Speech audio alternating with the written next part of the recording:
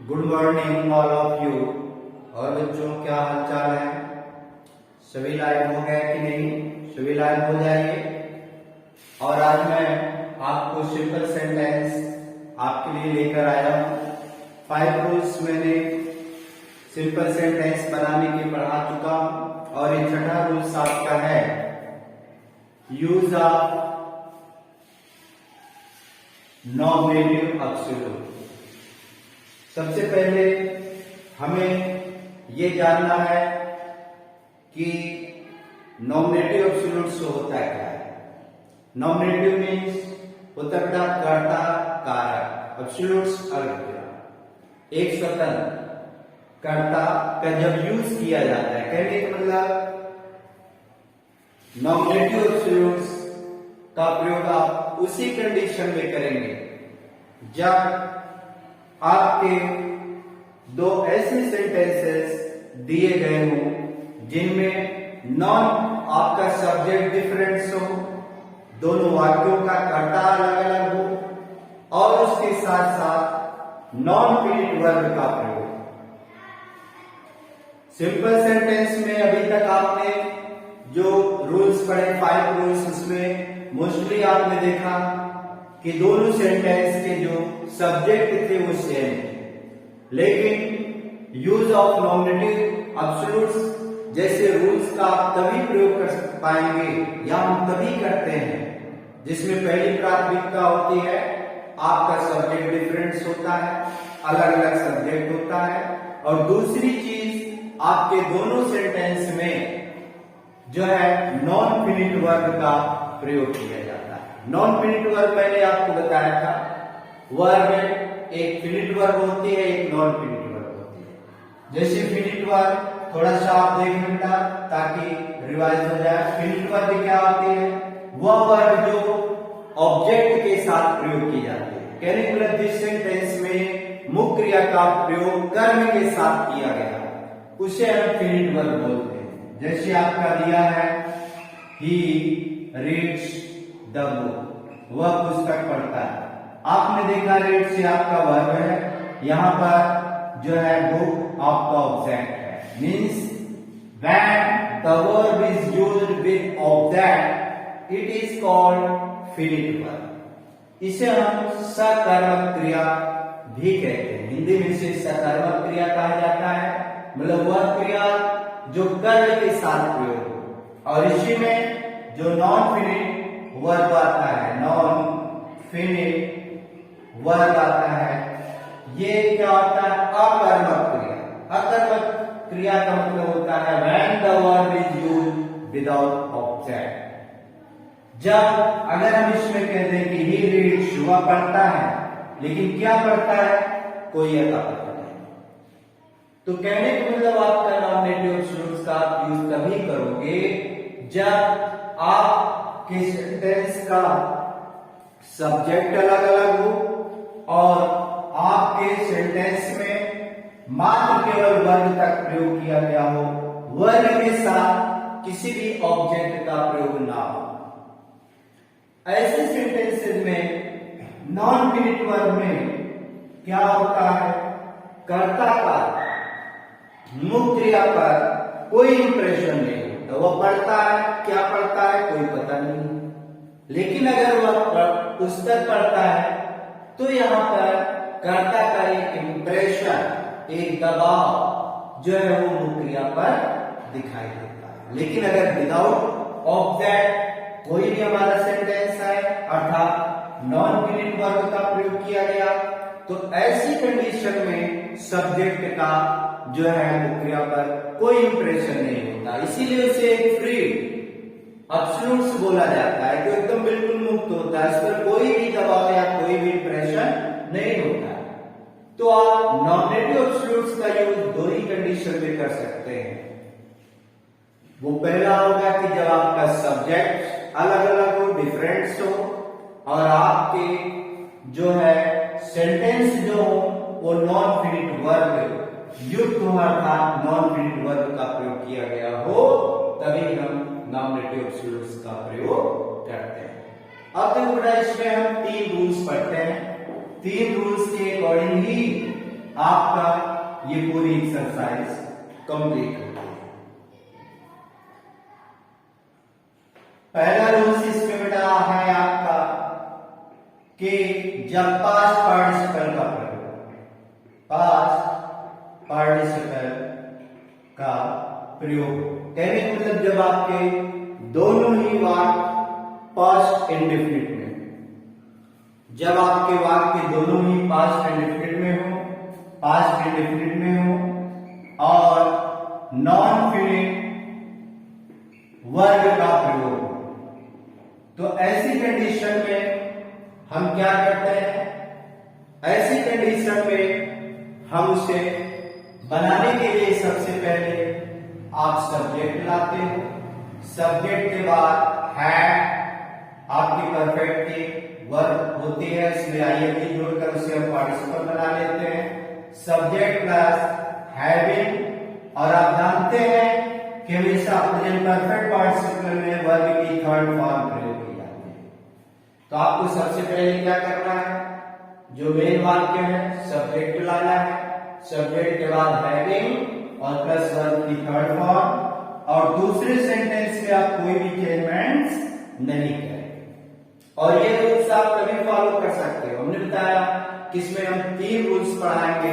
पहला रूल्स आपका है जब आपका वाक्य पास्ट इंडेफिनिट में हो और नॉन फिनिट वर्ब का प्रयोग हो और सब्जेक्ट अलग अलग। जैसे आपका ये रूल्स है हैविंग प्लस थर्ड फॉर्म आप यूज करेंगे, इसका हिंदी भाव होता है के बाद या के पश्चात। जो कार्य पहले हुआ है उसी को आप प्रेजेंट परफेक्ट पार्टिसिपल बना लें, और जिसका सेंस के बाद या के पश्चात होता है, और दूसरे सेंटेंस में हमें किसी भी तरह का चेंजमेंट्स नहीं करना है। जैसे आपका उदाहरण है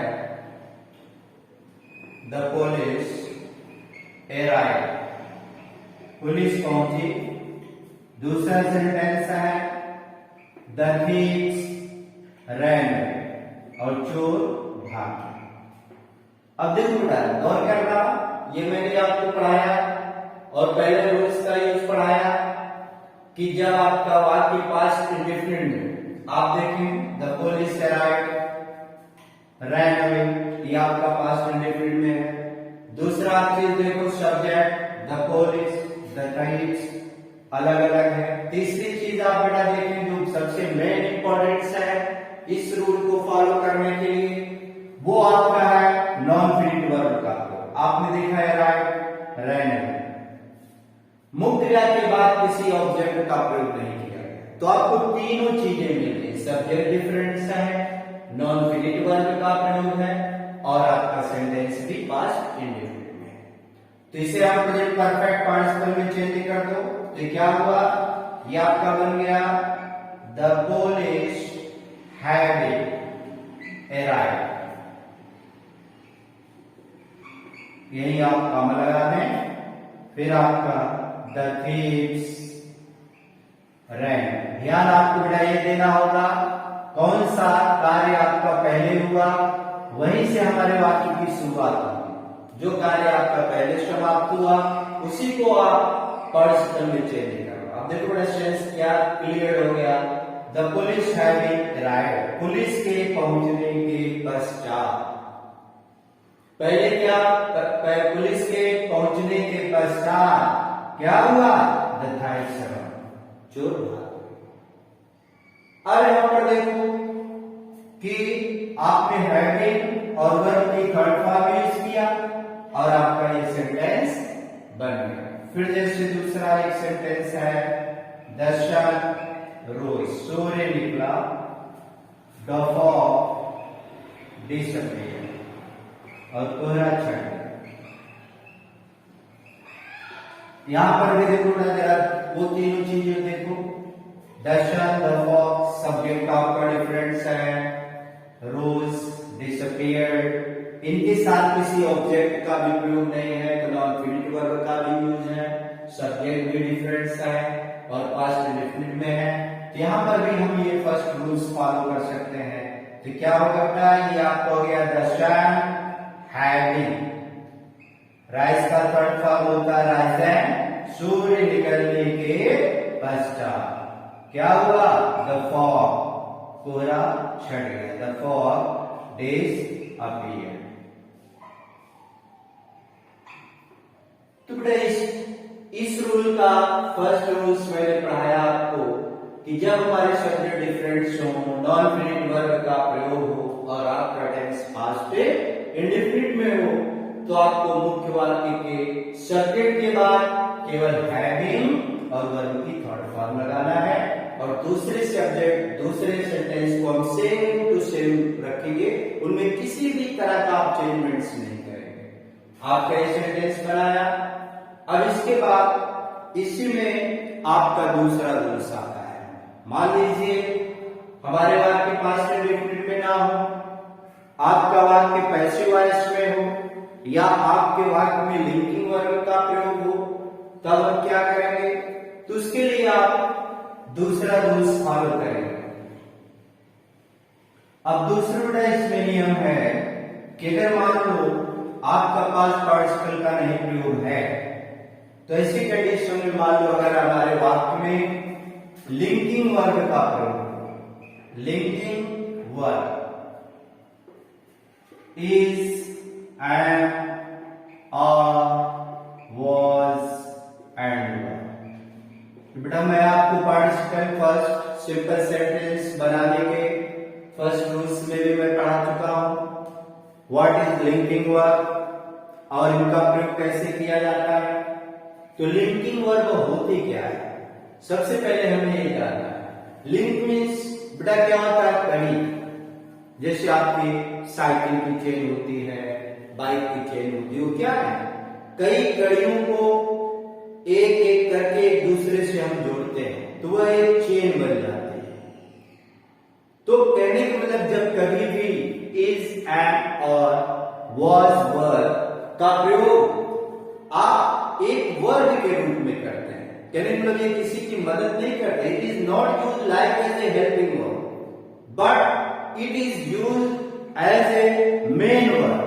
जब इनका प्रयोग आप मुख्य क्रिया के रूप में करते हो तो ऐसी कंडीशन में जब इनका यूज होता है तभी हम इनको लिंकिंग वर्ब बोलते हैं। जैसे हम कह दें the lion was hungry, the lion was hungry, शेर भूखा था। अब यहां पर देखो लायन और हंग्री लिंकिंग वर्ब का मतलब होता है ये दो शब्दों को एक दूसरे से जोड़ता है, तभी इसको हम लिंकिंग वर्ब बोलते हैं। जब ये खुद एक मेन वर्ब का कार्य करता है, एक दो नाउन या प्रोनाउन या एडजेक्टिव पार्ट ऑफ स्पीच को जोड़ने का काम करता है। जैसे आपने देखा लायन, ये क्या है? ये नाउन है। हंग्री क्या है? एडजेक्टिव है। आपने देखा नाउन और एडजेक्टिव को जोड़ा किससे? वाज। तो जब ऐसी कंडीशन में इसे हमारा वाज वर्ब का प्रयोग किया जाता है कि ये दो पार्ट ऑफ स्पीच को जोड़ने का काम करे या दो शब्दों को जोड़ने का काम करें, तो ऐसी कंडीशन में जब इनका प्रयोग आप खुद एक वर्ड के रूप में कर रहे हो तो इसे हम लिंकिंग वर्ब कहते हैं। तो दूसरा रूल्स में बेटा आपको यही पढ़ाने जा रहा हूं कि अगर हमारे वाक्य में लिंकिंग वर्ब का प्रयोग हो तो आपको क्या करना है। जैसे हमने आपको पार्टिसिपल में पढ़ाया, इसी लिंकिंग वर्ब के प्लेस पर आपको केवल बीइंग का यूज करना है। बीइंग जिसका मतलब होता है होने के कारण।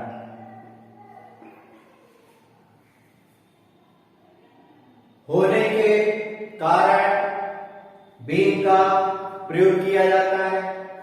तो जब कभी भी आपके सेंटेंस में मुख्य वाक्य में लिंकिंग वर्ब का प्रयोग हो तो आप उसी लिंकिंग वर्ब के प्लेस पर इन्हें आप हटा करके उसकी जगह पर केवल आपको प्रयोग करना है। जैसे एक सेंटेंस है the day was hot, the day was hot, कहते दिन बहुत गर्म था। None could come out from house, कहते दिन बहुत गर्म था, अर्थात दिन में बहुत ज्यादा गर्मी थी। None could come out from house, कोई घर से बाहर नहीं निकल सकता। तो आपने देखा यहां पर हॉट ये आपका एडजेक्टिव है, was और the day ये नाउन है, एडजेक्टिव है और इनको जोड़ने का काम क्या कर रहा है? was। तो ऐसी कंडीशन में जब ये दो हमारे पार्ट ऑफ स्पीच को जोड़ने का काम करते हैं या जब ये खुद एक मेन वर्ब के रूप में जो यूज किए जाते हैं तो इसी को हम लिंकिंग वर्ब कहते हैं। तो आपको बड़ा कुछ नहीं करना, बस इसी लिंकिंग वर्ब की जगह बीइंग का यूज करना है। अब ये सेंटेंस क्या बन गया? ये बन गया द डे बीइंग हॉट। अब क्या अर्थ हो गया? दिन गर्म होने के कारण। सेंस देखो वही आ रहा है, हमें वही क्लियर करना है। केवल जो सेंटेंस का स्ट्रक्चर था, ये दो जो थे डिफरेंट अलग अलग सेंटेंस थे, आपने उनको क्या किया? कंबाइन किया। यही सिंथेसिस है। द डे बीइंग हॉट, यही काम लगाएंगे। None could come out from house. Currently अब देखो ये आपका सेंटेंस कंप्लीट हो गया। The day being hot none could come out from house. दिन अधिक गर्म होने के कारण कोई भी घर से बाहर नहीं निकला। तो जब कभी भी इस तरह से आपका लिंकिंग वर्ब का प्रयोग हो तो ऐसी कंडीशन में हम जो है बीइंग का प्रयोग करते हैं और हम उस बीइंग का यूज करके आप सिंपल सेंटेंस बना लेते हैं। तो ये था आपका यूज ऑफ नॉमिनेटिव एब्सोल्यूट्स का दूसरा रूल्स जो मैंने आपको बताया। अब बड़ा इसमें एक रूल्स और है, इसके बाद ये भी एक्सरसाइज आपकी कंप्लीट हो जाएगी। वो आपका तीसरा रूल्स क्या है? वो किस कंडीशन में यूज किया जाएगा? सबसे पहले हमें ये जानना है, कभी कभी बेटा हमारा सेंटेंस क्या होता है कि पैसिव वॉइस में दे दिया जाता है। अब पैसिव वॉइस है तो कैसे हम पहचानेंगे? ये भी हमारे सामने एक बहुत बड़ी समस्या होती है। तो हमेशा आपको हमने पैसिव वॉइस में पढ़ाया और उसमें बताया कि कोई जरूरी नहीं कि पैसिव वॉइस में बाय का प्रयोग, क्योंकि कभी कभी ऐसी कंडीशन आ जाती है कि हमारे सेंटेंस में सब्जेक्ट नहीं होता तो ऑब्जेक्ट से ही हमें उसे बनाना पड़ता है, और जब केवल ऑब्जेक्ट हो सब्जेक्ट ना हो तो ऐसी कंडीशन में बाय का यूज नहीं होता है। लेकिन इसकी सबसे बड़ी पहचान है जो अभी हमने आपको लिंकिंग वर्ब पढ़ाया, उसी लिंकिंग वर्ब के साथ जो है वर्ब की थर्ड फॉर्म प्रयोग की जाती है। यही सबसे अच्छी पहचान है कि अगर आपके लिंकिंग वर्ब के साथ वर्ब की थर्ड फॉर्म अगर प्रयोग की गई है तो इस ऐसे सेंटेंस को हम पैसिव वॉइस मानते हैं। और तो जब कभी भी ऐसी कंडीशन हो कि आपका जो मुख्य वाक्य हो वह पैसिव वॉइस में हो तो यही आपका रूल्स होगा कि तीसरा आपका यही रूल्स है कि जब वाक्य आपका पैसिव वॉइस में हो तब हम क्या करें। अब आपको क्लियर होगा पैसिव वॉइस को कैसे पहचानेंगे। तो मैंने आपको उसका एक क्लू दिया कि जब कभी भी लिंकिंग वर्ब इज वर्ब के साथ वर्ब की थर्ड फॉर्म प्रयोग होगी तो उस सेंटेंस को हम पैसिव वॉइस में ही मानेंगे, अर्थात वो पैसिव वॉइस में ही होता है। तो ऐसे सेंटेंस को सिंपल सेंटेंस बनाने के लिए हमें क्या करना पड़ता है, तो ये आपका तीसरा रूल्स में पढ़ेंगे। सबसे पहले जो आपका मुख्य वाक्य है उस मुख्य वाक्य का आप जो सब्जेक्ट है वो आप लिखें, वो सब्जेक्ट लिखेंगे, फिर हैविंग और बीइंग, जिसे हम प्रेजेंट परफेक्ट पार्टिसिपल भी कहते हैं, हैविंग बीइंग आप यूज कर लें और बीइंग आपको ऑलरेडी है तो आप जानते हो पैसिव वॉइस में हमेशा थर्ड फॉर्म है और आपको ऊपर भी थर्ड फॉर्म में ही मिलेगा क्योंकि ऑलरेडी वो पैसिव वॉइस में होगा। तो आपको क्या करना है, सब्जेक्ट और हैविंग बीइंग प्लस वर्ब की थर्ड फॉर्म, बस यही करना है। और फिर दूसरे सेंटेंस में आपको किसी तरह कोई भी चेंजमेंट्स आपको नहीं करना है। जैसे आपने देखा कि सबसे पहले हमें कर्ता लाना है, फिर आपको हैविंग बीन लाना है, और इसी का अर्थ क्या होता है के बाद या के पश्चात होता है। इसको आप ट्रांसलेशन में भी बखूबी आप यूज कर सकते हैं। इसीलिए आपको सिंथेसिस जो पढ़ाया जाता है, देखा जाए तो ट्रांसलेशन के बेस पर ये सबसे इंपॉर्टेंट चैप्टर होता है, जिसमें आप सारे कन्वेंशन आप पढ़ते हो। अभी मैं आपको सिंपल पढ़ा रहा हूँ, सारे आप जो प्रीपोजिशन आप पढ़ते हो, इसके बाद कंपाउंड कॉम्प्लेक्स में आप टोटल सारे कन्वेंशन पढ़ेंगे, जो आप एरर्स में भी आपको मैं पढ़ाऊंगा और आप सिंपल कंपाउंड में वही चीज पढ़ते हैं। तो ये चीजें हमारे देखा जाए तो हर प्रकार से हमारे लिए बहुत ही वैल्यूएबल और बहुत ही इंपॉर्टेंट होता है। तो मैंने बताया तीसरा रूल्स है, अगर आपका वाक्य पैसिव वॉइस में है तो हम इसी नियम से उस सेंटेंस को बनाना। जैसे आपका दिया है the bank was close, the bank was close, we could not withdraw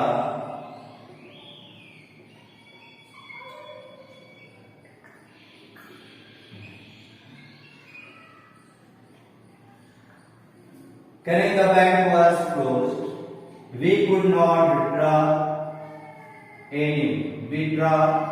current bank जो थी बंद थी और हम कुछ भी पैसा हम अपना पैसा नहीं निकाल सकते। अब यहाँ पर देखो बेटा वाज और वर्ब की थर्ड फॉर्म, ये आपका लिंकिंग वर्ब है और इन्हीं के साथ वर्ब की थर्ड फॉर्म दी गई है। तो ये सेंटेंस आपका किसमें? पैसिव वॉइस में। अब आप इसको देखो बहुत ही इजीली आप बना सकते हैं। द बैंक हम सबसे पहले सब्जेक्ट लेंगे, फिर हैविंग और बीन, हैविंग बीन और ऑलरेडी आपका थर्ड फॉर्म। पूरा आपका क्या हुआ? Having the bank having been close, bank बंद होने के पश्चात।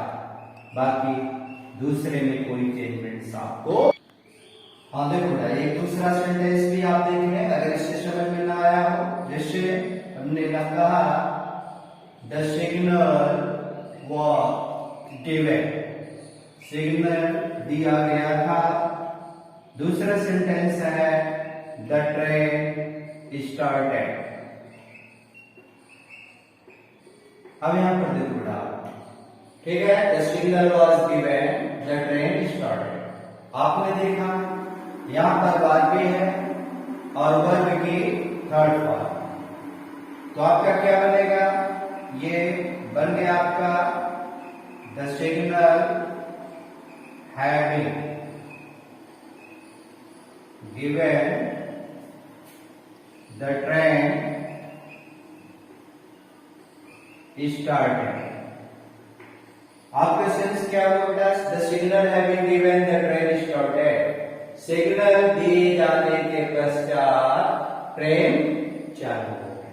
तो आपने देखा कि जब कभी भी आपके वाक्य पैसिव वॉइस में हो, फर्स्ट सेंटेंस मेन वाक्य में आपका पैसिव वॉइस में हो, तो आप हैविंग और बी और लगा देंगे और गिवन, ये आपका गिवन और फिर आपको हो जाएगा द ट्रेन स्टार्ट, सिग्नल दिए जाने के पश्चात ट्रेन प्रारंभ।